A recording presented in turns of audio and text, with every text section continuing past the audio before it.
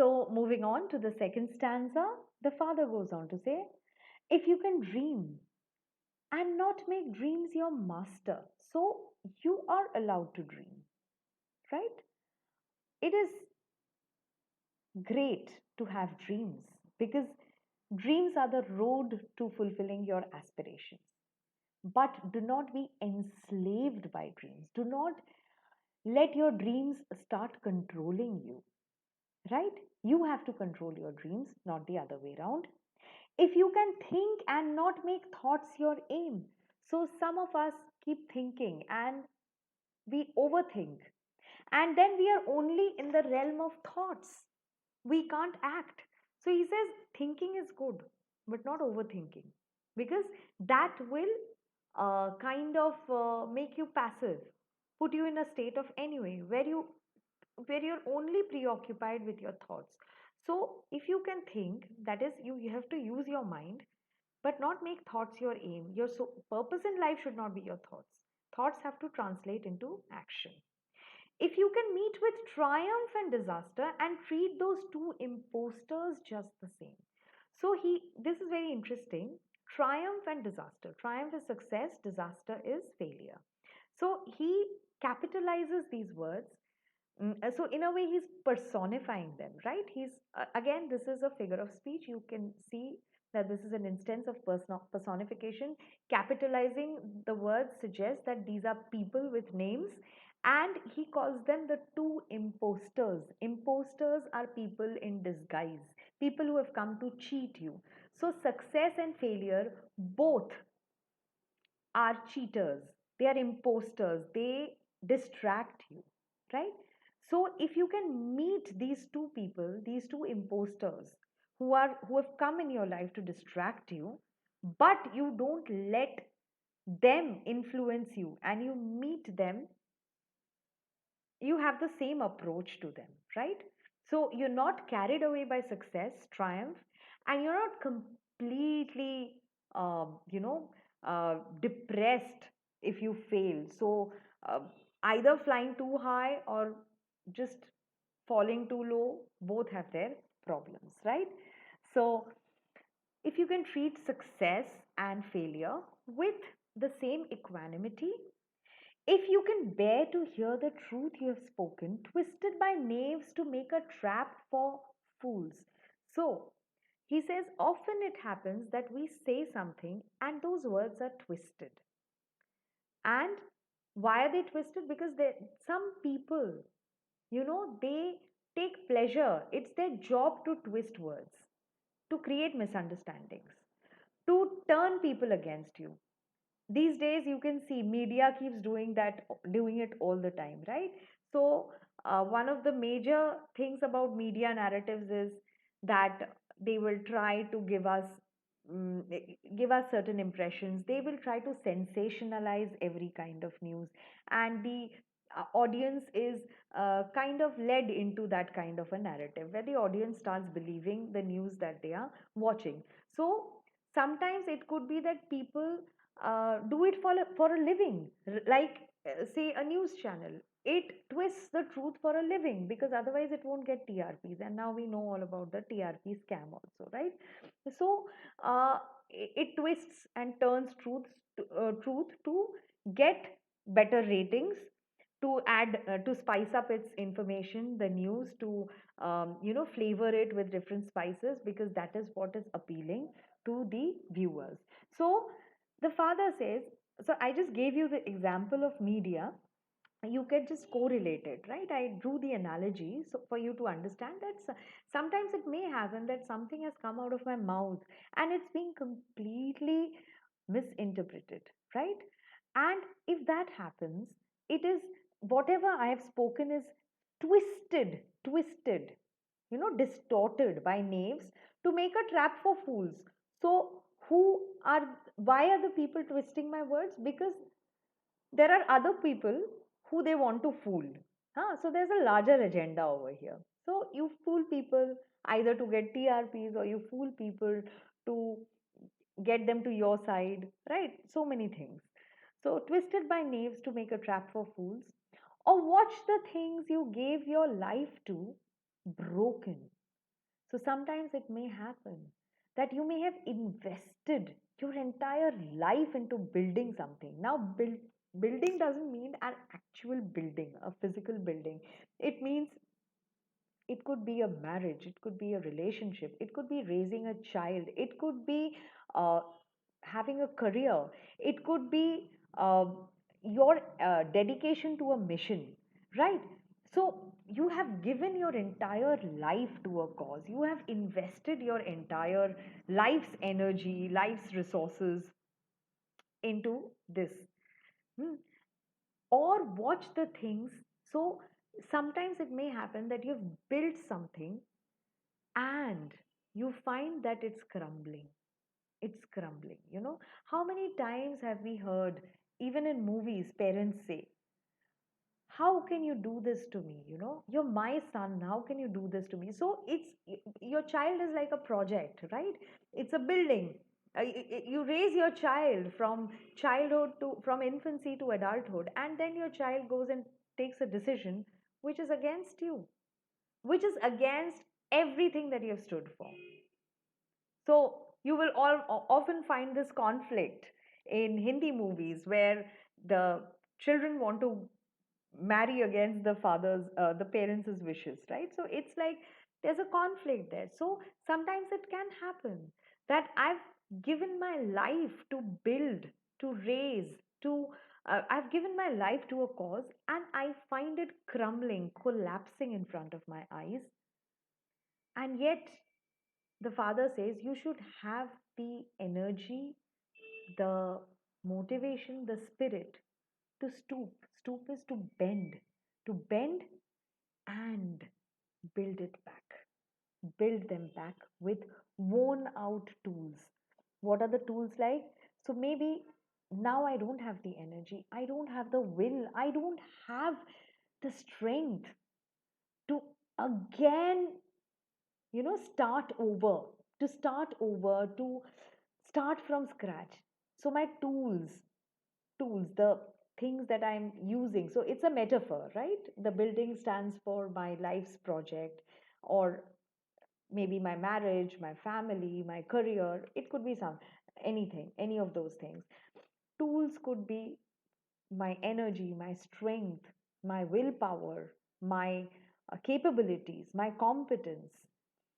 So even if they are worn out is exhausted, old, rusted, I should still pick them up and I should again start rebuilding rather than just giving up. So this reminds me of that movie, very inspiring film, Majhi, where you have this single man. You must watch this film. It casts Nawazuddin Siddiqui in the main role. So this is a man in a remote tribal village of India, somewhere in Bihar, and there's no road to his village. There's no straight road. So this man, he has to take his wife to the hospital. I think she's in labor and she has to deliver a child or something. And by the time he arrives at the hospital, she dies. And this is only because there is no straight road to the hospital. So what he does is, when she dies, he's anyways all alone. So he picks up just a chisel, just a simple chisel, and he starts making a road. And he starts, you know, chiseling stones. And he keeps doing it for years and years and years. And people think he's mad, he's crazy. I mean, you can look him up. This is a real story. This is based on a real story. But in the end, at the end of like a decade, more than a decade, the famine strikes his village. Villagers leave the village. This man has nothing to eat. And still, like one crazed person, he's just going on building that road, which is so symbolic, right? It is just a symbol of someone who will not give up, who will just not give up. I'm sure you've heard of the spider story, right? That there was this king who was ambushed by the enemy and he hid in a cave. And in the cave, he saw the spider, trying to spin a web. So the spider would try, it would go till the ceiling and then it would come back again. It would fall down and then again it would climb up and again it would fall down. So that's and then that is what inspired the king. And he said, I have to go back and fight. Right? So this is what the father is trying to tell the son, that if you see that whatever you've given your life to, the the thing that you've built broken, and yet you can stoop and build them up with worn out tools. If you can make one heap of all your winnings and risk it on one turn of pitch and toss, so you may have accomplished a lot in life, right? May have achieved a lot in life. But if you're ready to risk all of it in one pitch and toss, you pick it up and you toss it away as if it means nothing to you, right? So if you can do that and lose and start again at your beginning. So all your life's achievements, you just throw them out. And then you're ready to start in the very beginning and never breathe a word about your loss.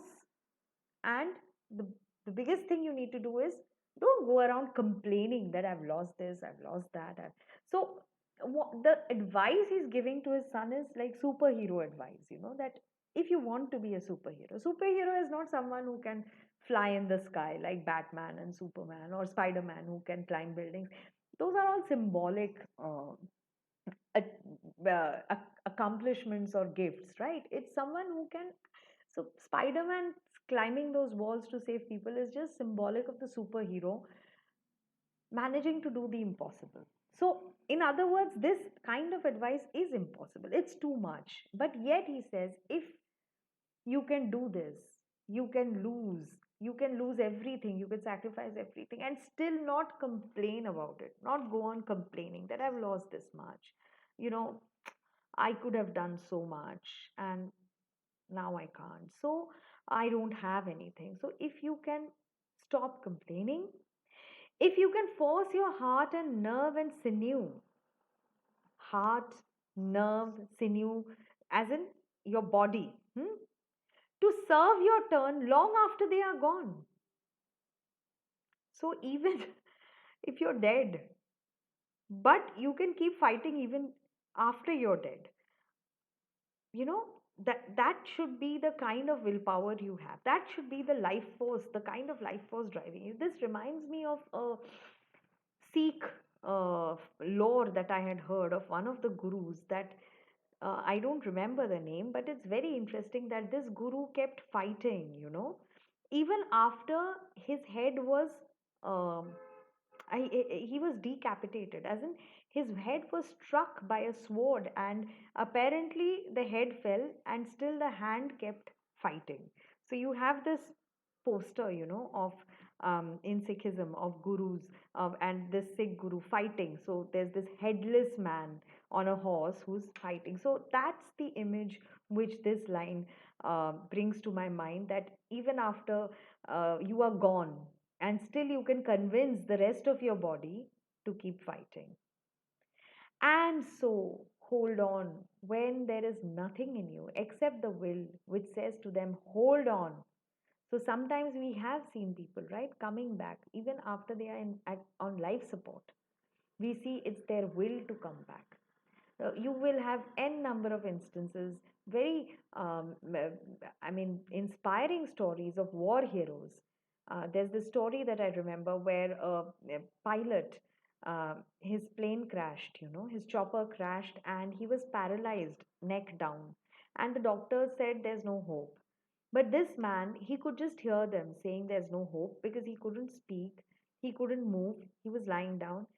And he decided in his mind that next January, it was Christmas, and he said, next January, that's a year after, I mean, the next January, not this coming January, the next January, I will walk out of this room. And every day he would tell his mind that I have to walk, I have to get up, I have to walk, I have to move, I need to move my arms, I need to move my legs. And sure enough, after a year, there was movement, his muscles started twitching and he could move. And reasonably enough, he couldn't walk out of the room, but he could sit on a wheelchair and leave the hospital. So that's the kind of mental strength and resilience this this father is talking about, which doesn't come easily. But it's great advice, right? And finally, he says, if you can talk with crowds and keep your virtue, or walk with kings nor lose the common touch. So he says, whether you're with the common people on the streets or whether you're with someone very important. So the king doesn't mean the king, it means someone who holds a high office or who is very high profile. But even if you're with someone who's high profile, even if you're there in life, that you have climbed up the social ladder, you have climbed up the professional ladder, and still you don't lose that common touch, you are still rooted, you need to be grounded. Don't forget the earth which is supporting you, right? If neither foes nor loving friends can hurt you, so this is like success and failure. The way you have to show equanimity in the face of success and failure, if you can be emotionally the same with friends and enemies, which is very difficult. But he says that friends, enemies, because friends can turn into enemies and enemies can cross over and they can become friends if they feel that their interest is being served. So it's not really, um, you should not really count on either friends or enemies.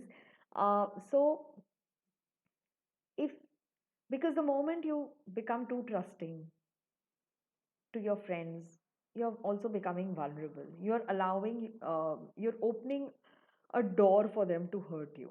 So he says, if neither foes nor loving friends can hurt you, if all men count with you but none too much. So he says, if you can arrive at a state where everyone is important but no one is indispensable, that is, oh, I can't do without this person. So if it's not that, where yes, you value everyone, you acknowledge everyone's contribution in your life, but you don't depend on someone with all your when it comes to your happiness or your fulfillment, it's not as if you depend, because that has been the undoing for of many, that has kind of unraveled the lives of many people, right? Julius Caesar, for example, he trusted his best friend who went behind his back to kill him.